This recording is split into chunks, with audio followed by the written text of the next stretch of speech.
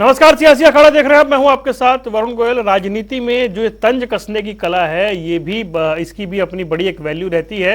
इन दिनों जिस तरह की बातें की जा रही हैं उसकी बहुत चर्चा है। कुलदीप बिश्नोई लंबे समय तक कांग्रेस में रहे और थोड़े समय पहले ही भाजपाई हुए हैं। अब राजस्थान के सह प्रभारी थे। राजस्थान में बीजेपी को जीत मिली है तो बीजेपी की सियासी पिच पर खुलकर बैटिंग भी कर रहे हैं और उन्होंने एक बार फिर से भूपेंद्र सिंह हुड्डा, दीपेंद्र हुड्डा पर तंज कसा है और कहा है कि जितना वो आगे आएंगे उतना बीजेपी को फायदा होगा। लेकिन जब उनसे पूछा गया, कुमारी अच्छे नेता हैं, यानी वो पार्टी छोड़ चुके हैं लेकिन बता रहे हैं कि कौन नेता ठीक है और कहां पर जो फायदा होने जा रहा है, इस बयान के क्या कुछ मायने हैं और इस तरह की टीका टिप्पणियां क्यों की जा रही है उसे समझेंगे। पहले एक रिपोर्ट देखिए।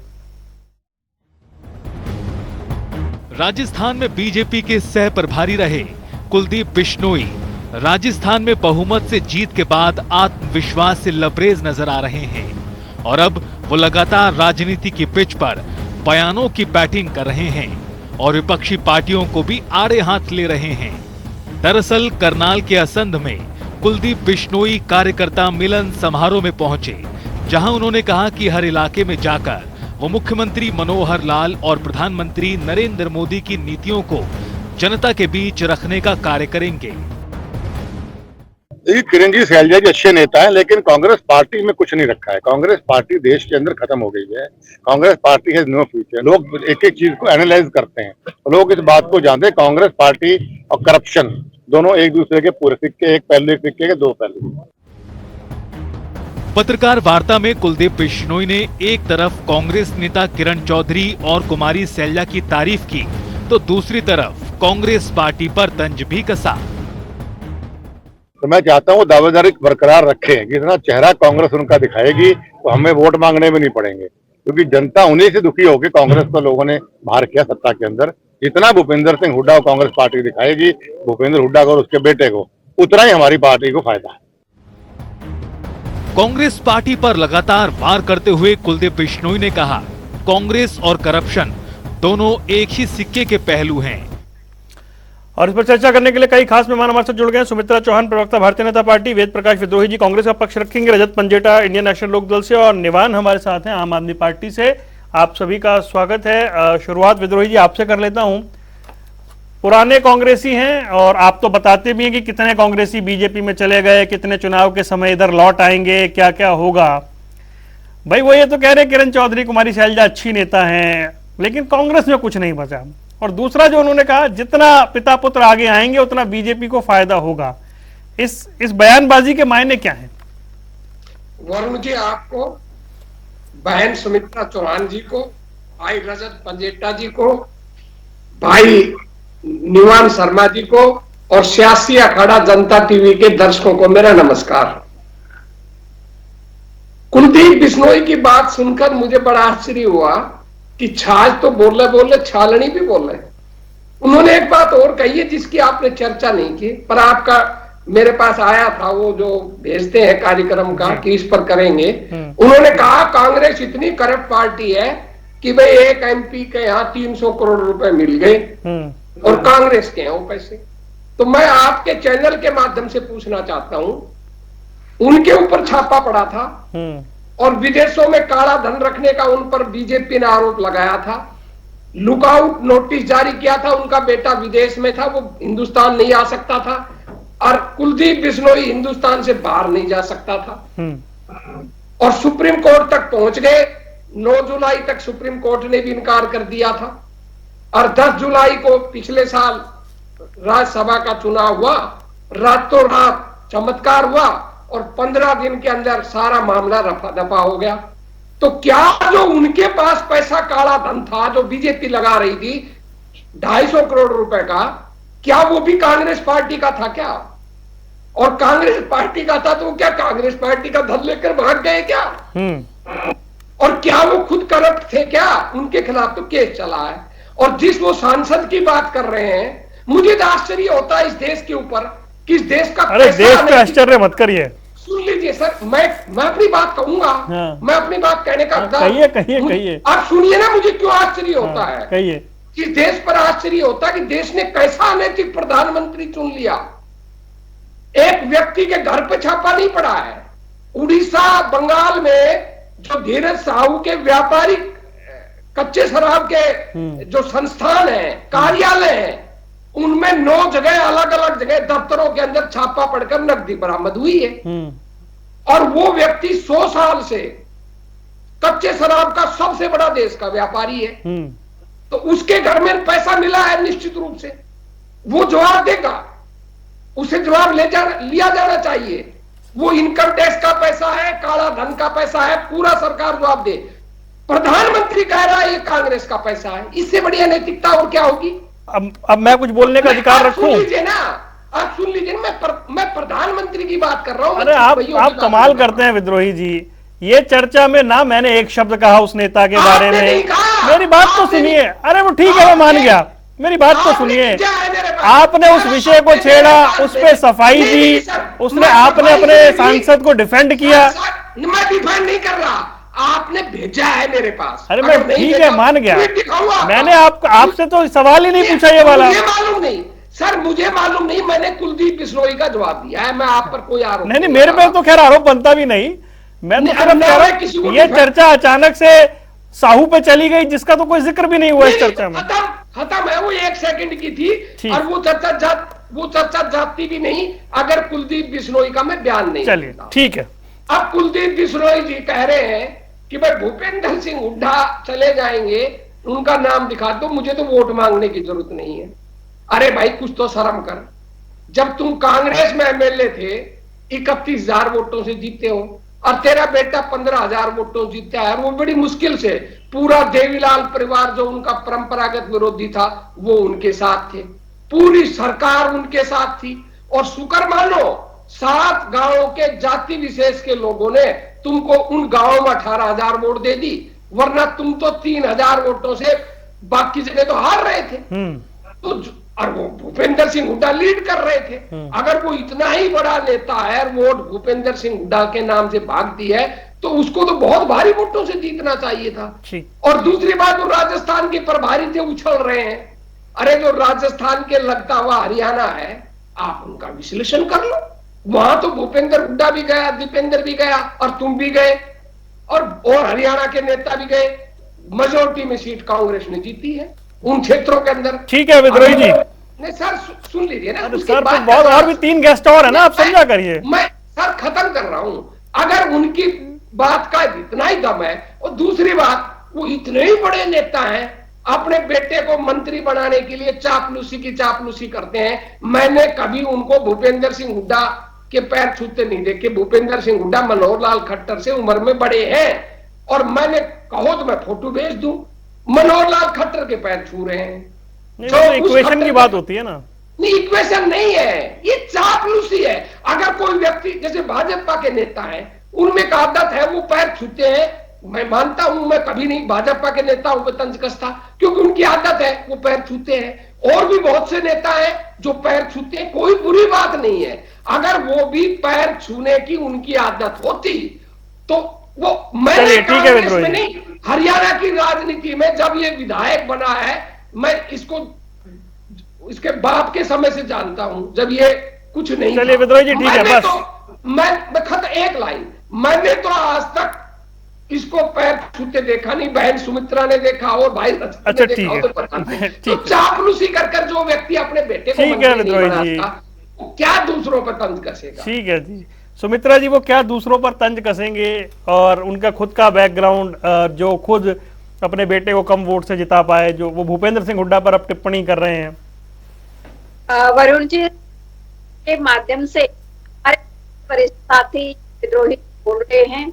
लंबे अरसे तक कुलदीप जी ने, मैंने, विद्रोही जी ने, सबने एक साथ काम किया है क्योंकि मैंने लंबे अरसे तक मैं भी कांग्रेस में रही हूँ और सारे मौसम देखे हैं।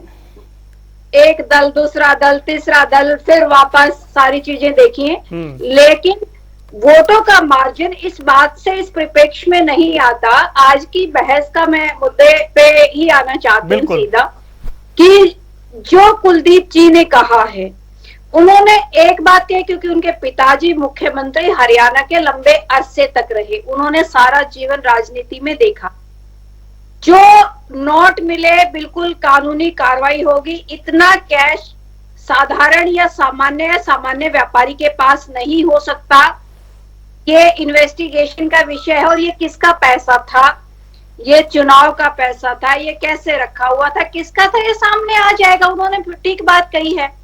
और रही बात अनुभव की बात, तो कांग्रेस में भजनलाल परिवार का ज्यादा अनुभव है। कुलदीप जी ने जो कहा है कांग्रेस के बारे में, तो कांग्रेस के विधायक के पास ये तो सबके सामने है, तो चैनल्स के सामने है। आज कुलदीप जी हमारे भारतीय जनता पार्टी के वरिष्ठ नेता हैं और उन्होंने जिस कंटेक्स्ट में वो बात कर रहे थे, एक फितरत की बात कर रहे थे। रही जो बात मोदी जी के बारे में कही, मोदी जी इस देश के प्रधानमंत्री हैं, बहुत सम्मानित प्रधानमंत्री, और विश्व में जो उन्होंने अपनी एक साख बनाई है हिंदुस्तान की, सबसे पहले वो भारत के प्रधानमंत्री हैं। कभी वो कच्ची बात नहीं करते, छोटी बात नहीं करते। आज पूरे विश्व में हम सीना तान कर बात करते हैं। देश के लिए किसी भी व्यक्ति के ऊपर अगर भ्रष्टाचार है तो वो सजा देते हैं। भारतीय जनता पार्टी की सरकार, केंद्र की सरकार हो चाहे प्रदेश की सरकार हो, हमेशा उन्होंने सजा दी है। लेकिन जो विषय ये डिबेट का बन रहा है, इससे मैं एक बात जरूर कहती हूं कि इससे ये समझ में आता है, जो आदमी इतना कैश रख के बैठता है, क्या वो उसकी कमाई है तो टैक्स क्यों नहीं भर रहा था, वो बैंकों में क्यों नहीं था, किसको राइट है? तो ये तो सब कुछ। चलिए सुमित्रा जी, वो एक अलग विषय है, उस पर करेंगे एक दिन चर्चा, जरा और डिटेल सामने आ जाए जब, क्योंकि फिर बात कर लेंगे, क्योंकि विद्रोही जी के सामने फैक्ट रखने पड़ते हैं। मैं तो ये आप जानना चाह रहा हूं आपसे कि वो कह रहे हैं कुमारी शैलजा, किरण चौधरी अच्छी नेता है, लेकिन भूपेंद्र सिंह हुड्डा और दीपेंद्र हुड्डा जितना सामने आएंगे उतना ये पार्टी खत्म होती जाएगी। अब इस बात का जवाब तो कुलदीप बिश्नोई जी देंगे। उन्होंने उनके शैलजा जी को किस संदर्भ में अच्छा कहा है और किसको किस लिए कहा है। चौधरी भूपेंद्र सिंह हुड्डा 10 वर्ष इस प्रांत के मुख्यमंत्री रहे। उनको अपनी पार्टी का एजेंडा रखने का अधिकार है। भारतीय जनता पार्टी को अपनी पार्टी का एजेंडा लेके जाने का अधिकार। 3 राज्यों में जिस तरीके से भारतीय जनता पार्टी का समर्थन लोगों ने किया, ये साफ जाहिर कर दिया है कि इस देश में भारतीय जनता पार्टी ने आम जन के लिए क्या किया है। जिस तरीके से वोट किया है, सबका साथ, सबका विकास, सबका प्रयास, ये एक क्लैरिटी गरीब आदमी के साथ भारतीय जनता पार्टी है, इससे ये जाहिर होता है। रही शैलजा अच्छी है, कौन अच्छा है कौन बुरा है, सभी अपने कद्दावर नेता है, अपना अपना सम्मान सभी का है। उनका जैसा रिश्ता रहा होगा, वो कुलदीप जी ने जो टिप्पणी की है उसका जवाब कुलदीप जी ही दे सकते। ठीक है सुमित्रा जी, मैं आता हूँ आपके बाद। रजत, आप सुन पा रहे हैं मुझे? जी जी जी, दर्शन आपके नहीं हो रहे। चलिए पर मैं सवाल मैं अपना पूछ लेता हूँ। भूपेंद्र सिंह हुड्डा, दीपेंद्र हुड्डा जितना प्रचार करेंगे उतना फायदा बीजेपी को होगा, वो जितना आगे आएंगे उतना बीजेपी को ही फायदा होगा। मतलब सीधा सीधा टारगेट वही है जिनको लेकर शुरू से जो है 36 का आंकड़ा रहा है। देखिए, ये जो बोला है कुलदीप बिश्नोई जी ने, इसका हम सब जानते हैं कि इसकी शुरुआत वो राज्यसभा का जो चुनाव था उस समय के दौरान इसकी सारी की सारी जो कथा है वो सारी की सारी। थोड़ा और पीछे चले जाएं, मतलब जब से मैं ये कह दूं कि उदय भान अध्यक्ष बने तब से था? हाँ, तब से भी कह सकते हैं, लेकिन जो जनता में जो खुल करके जो एक दूसरे के खिलाफ बयानबाजी आई, हुड्डा साहब ने कहा मैं हम एक ही फ्लाइट में आए, एक ही कमरे में रुके, हम वहां दिल्ली में भी हम साथ थे, तो बहुत सा कवर अप करने की भी कोशिश की गई।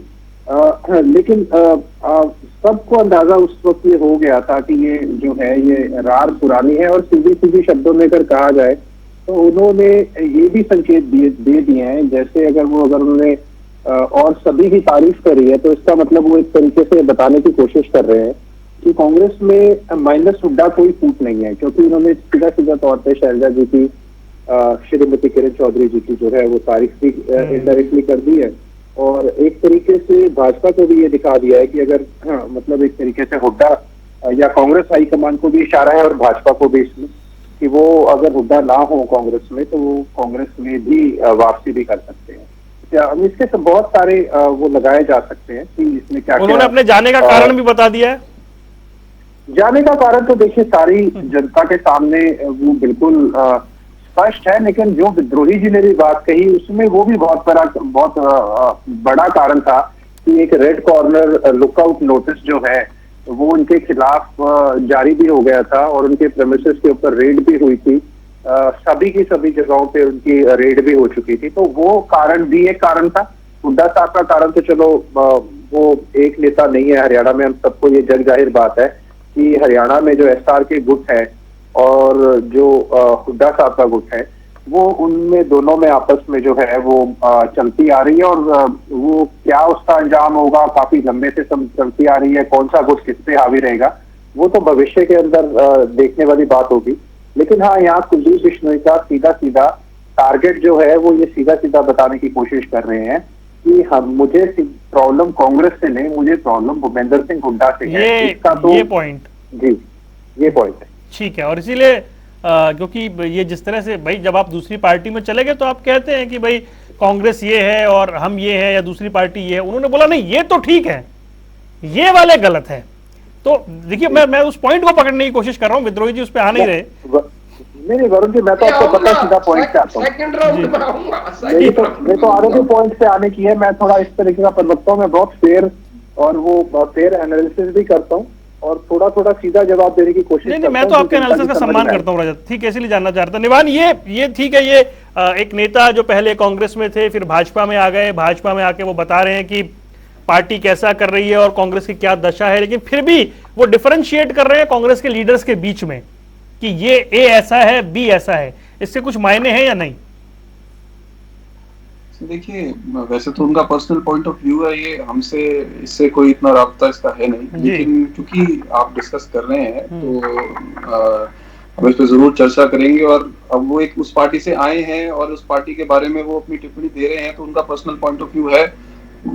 बाकी अगर मैं ओवरऑल बीजेपी की बात करूं तो बीजेपी की एक स्ट्रैटेजी रहती है हर जगह डिवाइड एंड रूल की, और कोशिश वो ये करते हैं कि दो धड़ों को बराबरी से एक अपॉर्चुनिटी दी जाए एक दूसरे के सामने खड़े होने की।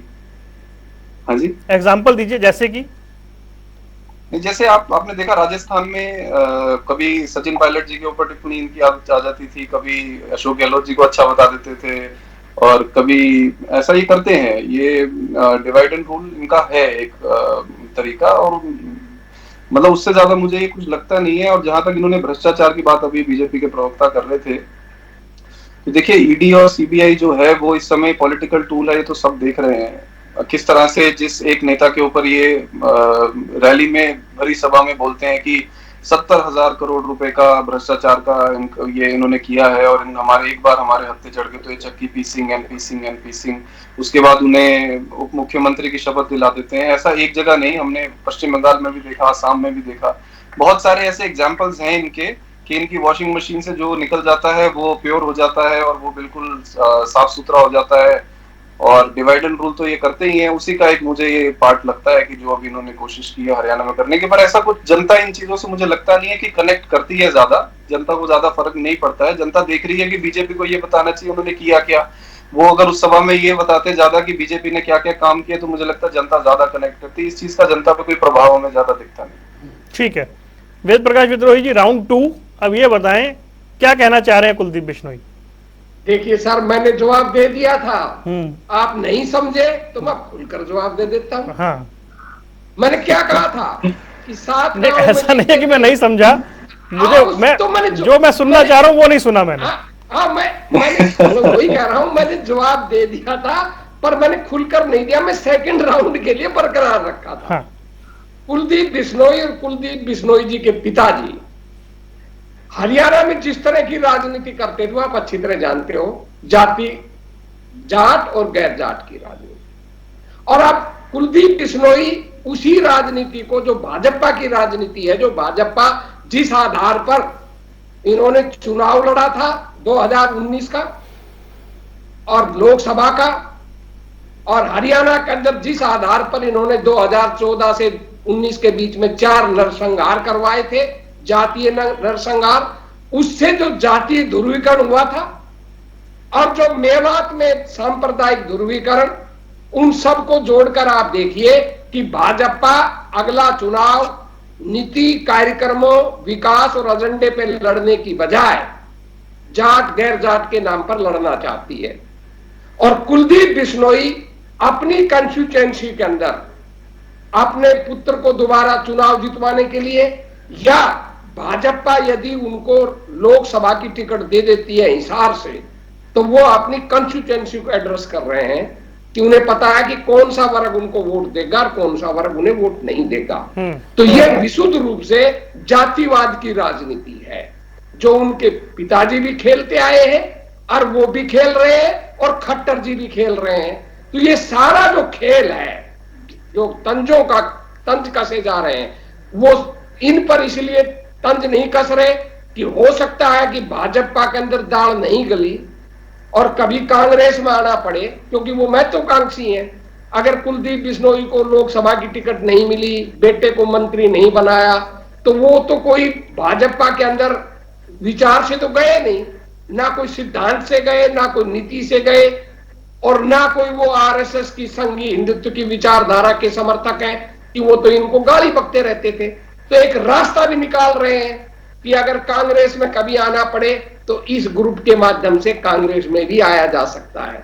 तो वो अपनी भविष्य की राजनीति भी देख रहे हैं और वर्तमान वोटों की राजनीति भी देख रहे हैं। तो इसलिए उनके लिए जरूरी है कि भाई वोटों की राजनीति के लिए और कांग्रेस में वापसी के लिए दोनों तरह से हुड्डा पर तंज कसा जाए, हुड्डा पर आक्रमण किया जाए और शैलजा जी और दूसरों पर सॉफ्ट रहकर कांग्रेस में जाने का रास्ता भी बनाए रखा जाना चाहिए। ठीक है सुमित्रा जी, वेद प्रकाश विद्रोही जी का पूरा आकलन, उन्होंने इस बयान से पूरे बीजेपी के कथित खेल का आकलन किया है। वरुण जी, बीजेपी सिर्फ कोई जातिगत राजनीति नहीं करती है, उसके लिए जाति गरीब है और गरीब को मुख्य धारा में अंत्योदय की भावना से काम करती है। मनोहर लाल जी ने आपने देखा होगा कि सिर्फ और हरियाणा एक, हरियाणवी एक के नारे पर काम करते हैं, नारे पर नहीं, वो जमीन पर धरातल पर जाकर जातिगत कभी बात नहीं करते। और आपने देखा होगा कि अभी रिसेंटली 3 चुनाव हुए हैं, कहां पर आपने जातिगत चीजें देखी भारतीय जनता पार्टी की? भारतीय जनता पार्टी बिल्कुल नहीं बांट के करती, वो सिर्फ गरीब व्यक्ति को मुख्य धारा से, अंत्योदय की भावना से ऊपर लेना चाहती है, विकास के साथ जोड़ना चाहती है और उसी एजेंडे के साथ जनता के बीच में बार बार जाती है। जो हमने काम किए हैं उसी के आधार पर हम जनता के बीच में 2024 में जाएंगे और निश्चित तौर पर अगली सरकार मनोहर जी के नेतृत्व में और भारत में मोदी जी के नेतृत्व में बनेगी। क्या ये जो इस तरह के जो बयानबाजी हो रही है, इससे भविष्य की राजनीति का कोई संदर्भ नहीं है? डिवाइड करने वाली कोई पॉलिटिक्स नहीं हो रही है अभी इसमें? मैं ये मानती हूँ कुलदीप जी ने, क्योंकि उनका लंबा अनुभव कांग्रेस में रहा है, उनके अपने संबंध भी रहे होंगे, किस आधार पे कहा है, कुछ टिप्पणी सिर्फ कुलदीप जी ही कर सकते हैं। मैं भारतीय जनता पार्टी किस नीति पर काम करती है, सिर्फ उन बातों के जवाब आपको दूंगी, क्योंकि जो कुलदीप जी देंगे वो कुलदीप जी ही देंगे। ठीक है सुमित्रा जी। रजत भाई, राउंड 2 में थोड़ा सा खुल के बताने की कोशिश की है विद्रोही जी ने, अब सहमत हैं आप उनकी बात से? देखिए, विद्रोही जी की बात का तो मैं भी वो नहीं करूंगा, उनकी बात पे कोई ऐसी टिप्पणी नहीं करूंगा, क्योंकि उनकी पार्टी का अपना एक स्टैंड है, वो अपना स्टैंड रख सकते हैं, ले सकते हैं। कहीं कहीं उनकी बातों से मैं सहमत नहीं हूँ, क्योंकि पूरा का पूरा हरियाणा ये जानता है कि जो भजन लाल जी की किस तरीके की राजनीति रही है, और विद्रोही जी तो खासकर अगर उसका एनालिसिस करना है तो वो बहुत अच्छी तरह कर सकते हैं, और वो ठीक भी कर रहे हैं उसका एनालिसिस। और करप्शन की तो हरियाणा में अगर कोई बात करे, किसी ने शुरुआत अगर कहीं से हुई थी, तो करप्शन तो सबसे ज्यादा भजन लाल जी के टाइम में ही हरियाणा के अंदर शुरुआत हुई थी। तो कुलदीप बिश्नोई जी करप्शन के ऊपर बोलते थोड़े ठीक नहीं लगते, लेकिन अगर इस देश का भी देखा जाए तो 10,70,000 करोड़ जो पार्लियामेंट में ऑफिशियली कहा गया है, वो बैंकों को चपत लगा के विदेशों में भी गया है। तो इस देश की जनता की गाड़ी खून पसीने जो कमाई का पैसा जो ले गए इस देश से बाहर ले गए। फिर ऐसे और बहुत से स्कैम है, चिट फंड, पॉन्जी स्कैम, और एक ऑफिशियल डेटा भी है जहां 30,600 करोड़ का एक रकम है जो स्विस बैंकों के अंदर पार्क्ड है। इससे पहले जो अभी चलो ठीक है एक रेड आई है, एक रेड केडी सिंह जी के ऊपर भी हुई थी पहले, वो और दूसरी एक पॉलिटिकल रेड तो नहीं थी जिसमें 257 करोड़ के आसपास एक यूपी के बिजनेसमैन थे पीयूष जैन करके, आपको पता होगा, उनके घर में भी लगभग 250 किलो बीजेपी समर्थक, बीजेपी समर्थक व्यापारी, ये और कहिए 25 किलो के आसपास सोना था। समर्थक और सांसद में कुछ अंतर? हाँ चलिए ठीक है, बोलिए। नहीं है अंतर, मैं मानता हूँ। देखिए ऐसा है, जब ऐसी कोई आती है तो जनता तो देखती है, इन चीजों को नोटिस करती है, आंखें भी खुली खुली रह जाती है। लेकिन मैं आपको वरुण जी ये दावा कर सकता हूं कि ये कुछ भी नहीं है जो जिससे इससे मतलब 10 से 20 से 100 गुना बड़े घोटाले और पैसा इस देश की जनता का गाड़ी खून पसीने की कमाई का स्कैम्स में, विदेशों में, स्विस बैंकों में ऑलरेडी जा चुका है। इसको हाईलाइट तो हम जरूर कर रहे हैं, आम जनता देखती है, इतनी अलमारियां खुली, उसमें कैश ही कैश है, लोग 3 दिन से गिन रहे हैं, अंदाजा लगा रहे हैं ये 350 पे रुकेगा, 400 पे रुकेगा। लोग तो बातें कर रहे हैं कि सुबह आपकी आंख खुले, अलमारी खुले और ऐसा आपको दिख जाए तो आप क्या करेंगे? देखिए वरुण जी, मैं आपको ये बता रहा हूं कि पॉलिटिक्स के अंदर ये इससे बहुत बड़ा जो पैसा है ना, वो जनता की गाड़ी खून पसीने की कमाई का वो साइफन ऑफ होता है। ये तो अभी जनता के सामने आ गया। जब विपक्ष सरकार बदलेगी तो बहुत सी ऐसी चीजें आपको सत्ता पक्ष के लोगों की भी देखने को मिलेगी। अभी पीछे आपको कर्नाटक में भी पता है, ऐसे ही एक भाजपा के नेता थे जिनके पास पकड़ा गया था, लगभग मुझे लगता है वो 50-60 करोड़ उस वक्त रुपया था। तो ये तो ऐसा तो आपको ना पॉलिटिकल्स ऐसे थोड़ी ना देश कर्जदार हो रहा है। देश और प्रदेश जो है वो कर्जदार, उसमें करप्शन का बहुत बड़ा हिस्सा है, क्योंकि वो पैसा अगर पूरा का पूरा जनता का नहीं लग रहा तो वो कहीं कंट्रैक्ट डील्स के अंदर, कहीं उसके कमीशन के ऊपर, कहीं ना कहीं तो जनता को तो चपत लगती है, इसमें नहीं है। लेकिन ये इनका जो बताया जा रहा है, जहां तक जो स्टडी मैंने किया है, कोई इनका बिजनेस रिलेटेड है, कोई शराब का बिजनेस ये करते हैं या कोई डिस्टिलरीज वगैरह है इनकी, इसमें ये देखना पड़ेगा ये जनता का है या ये इनके बिजनेस की काली कमाई है, ये भी एक पहलू कंसिडर करना पड़ेगा। नहीं, इसीलिए मैं उस पर अभी तक चर्चा करने से इसलिए बच रहा हूं रजत कि एक बार फैक्ट तो सामने आए, एक बार कोई एक ऑफिशियल स्टेटमेंट तो सामने आए, उसके बिना चर्चा करने का कोई आनंद नहीं है ना। बिल्कुल, हवा में तीर चलाने का मतलब ही नहीं है। जी निवान भाई, मैं मूल प्रश्न पे वापस आ रहा हूं, चर्चा आज बहुत इधर से उधर गई है। मैं ये जानना चाह रहा हूं कि ये भूपेंद्र सिंह हुड्डा, क्योंकि आप लोग भी जब नाराज होते हैं तो बोल देते हैं कि कांग्रेस जो है वो पूरी एक आदमी के हाथ में चल रही है हरियाणा में, वही बात एक तरीके से इनडायरेक्ट कुलदीप बिश्नोई कहना चाह रहे हैं। सर देखिए, वो कहना चाह रहे हैं कि आप एक नेता को या आप एक कांग्रेस के दूसरे नेता को आप बेटर समझिए, तो वो मतलब उनका क्या इसमें फायदा है या क्या नहीं है वो तो अभी विद्रोही जी ने बताया। लेकिन हम जो जज कर सकते हैं, हम जो देख सकते हैं वो ये है कि अभी वो राजस्थान होके आए हैं और राजस्थान में उन्होंने बहुत प्रचार किया और उन्होंने राजस्थान की जनता को, बीजेपी ने ही बोला, अभी मैडम नीतियों की भी बात कर रही थी, उन्होंने बोला कि हम 2700 रुपए देंगे किसानों को, उन्होंने बोला हम 450 का सिलेंडर देंगे, उन्होंने बोला हम स्कूटी देंगे, हम हर महिला को छत देंगे। तो मुझे लगता है कि वो उनको यहाँ पे आके एक जनसभा का विजुअल दिखा रहे हैं जनसभा में, तो उनको ये जवाब देना चाहिए कि ये हरियाणा में क्यों नहीं है। उनको सवाल पूछना चाहिए अपनी सरकार से।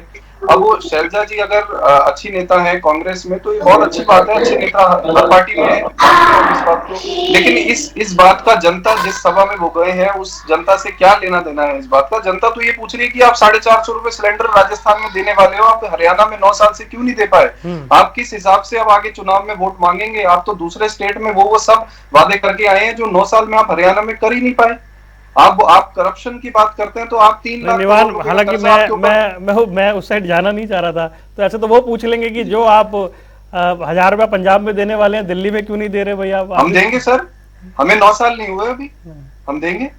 दिल्ली में तो हम हर एक अपना वादा को पूरा करेंगे, हमारा वादा हमारी गारंटी होती है। ठीक है, आपने देखा होगा हम 48 सरकारी सर्विसेज को होम डिलीवरी करने वाले हैं, जो इतिहास में पहली बार कोई फुल स्टेट करेगी। इतिहास में पहली बार सरकार की 99% सर्विसेज आपके घर बैठे आपको मिलेंगी। ये पंजाब में होने जा रहा है। पंजाब में बिजली फ्री आती है। आज हमने प्रेस कॉन्फ्रेंस करके बताया कि हर पंजाब में बिजली फ्री देने के बाद हम 560 करोड़ रुपए का मुनाफा कर रहे हैं और हरियाणा में महंगी बिजली देने के बाद 15,576 करोड़ रुपए का घाटा हुआ है हरियाणा की बिजली निगम को।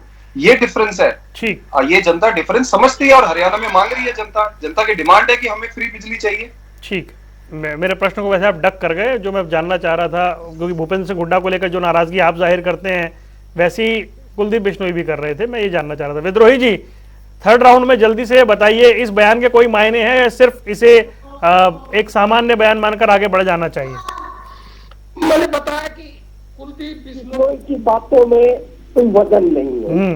भाजपा में उनकी इतनी बड़ी राजनीतिक हैसियत नहीं है कि उनके बयानों के आधार पर भाजपा कोई रणनीति बनाती हो। ये केवल मात्र अपना आप को स्थापित करने और अपनी भविष्य की राजनीति तय करने के बयान के अलावा कुछ नहीं है। एक छोटा सा उदाहरण देता हूँ। भाजपा की रीति नीति क्या है कि वो सारा श्रेय मोदी जी को देते हैं। पूरा भाजपा नेतृत्व कह रहा है जो मुख्यमंत्री बन गए या बनने वाले इधर राजस्थान में मोदी जी की गारंटी से जीते। खट्टर जी भी यही कह रहे हैं। और कुलदीप बिश्नोई का बयान आपने पढ़ा जरा कि मैं गया था, मैंने 22 सीटें जिता दी। तो वो भाजपा की क्या रणनीति में फिट बैठेंगे? भाजपा इस बात को कितना हजम करेगी? आप अच्छी तरह जानते हो कि कोई हजम करने वाला, आप कह रहे हैं बीजेपी के कल्चर में वो फिट नहीं होंगे? नहीं होंगे, हो ही नहीं सकते ना। राव इंद्रजीत सिंह जी बीजेपी में है, मेरे बड़े नजदीकी मित्र भी है। हम एक दूसरे को बहुत नजदीकी से जानते भी, हमारे क्षेत्र के सांसद है। वो 9.5 साल से फिट नहीं हो पाए। अपने धर्मवीर भाई गए एमपी बने, वो फिट नहीं हो। मेरी व्यक्तिगत बातें भी होती रहती है, वो फिट। हालांकि वो थोड़ा व्यक्तिगत नहीं, मैंने एक बार चौधरी वीरेंद्र सिंह जी से ऐसे ही पूछा था जब मैं बैठा था उनके पास कि दोनों पार्टियों के कल्चर में कितना अंतर है, वो बस मुस्कुरा कर रह गए थे। डिफरेंस है, अपनी अपनी पार्टी का एक कल्चर होता है, ठीक है, अपनी अपनी पार्टी की एक सोच होती है। तो चलिए सुमित्रा जी है तो वो बेहतर बताएंगी। अब मैं अंत में लास्ट बात, जिस सोच में कुलदीप बिश्नोई पले बढ़े हैं ना, राजनीति जो उनका ग्रो हुआ है, उसमें वो बीजेपी में ज्यादा दिन नहीं टिक पाएंगे। देर सवेर वो भागेंगे, कब भागेंगे वो जाने।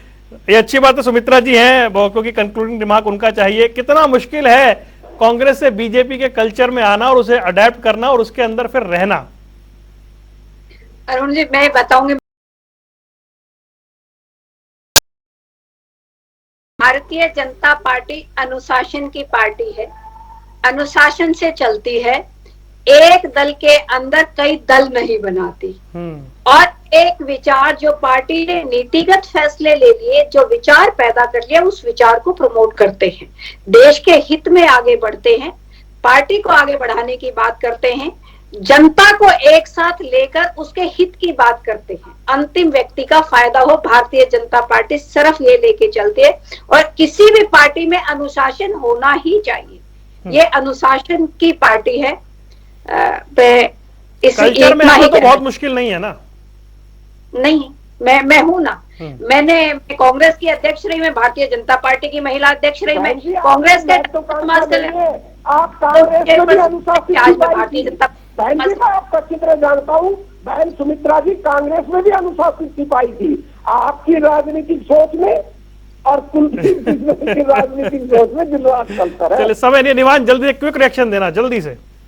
सर, ये अनुशासन की बात कर रहे हैं, आपने देखा कि कैसे 2 महीने से जो है वो होम मिनिस्टर और सीएम के बीच में जो विवाद चल रहा है, वहां पर अनुशासन दिख नहीं रहा, सारी फाइलें अटकी हुई हैं। तो अनुशासन तो क्लियरली नहीं है, लेकिन ये है कि इनकी पॉलिशिंग और मार्केटिंग बेटर है, जिससे ये बाहर चीजें मैनेज कर लेते हैं। नहीं तो कांग्रेस और बीजेपी में कोई फर्क नहीं। चलिए ठीक है, आप चारों मेहमानों को जुड़ने के लिए बहुत बहुत शुक्रिया। सियासी अखाड़ा देख रहे थे आप, और इस तरह के बयान आते रहते हैं। एक कल्चर से दूसरे कल्चर में आना कितना मुश्किल है, उसको भी लेकर तरह तरह की बातें हैं। फिलहाल आप चारों का जुड़ने के लिए बहुत बहुत शुक्रिया। तो सियासी अखाड़ा देख रहे थे आप, यहाँ रुकने कुछ देर के लिए, खबरों का सिलसिला लगातार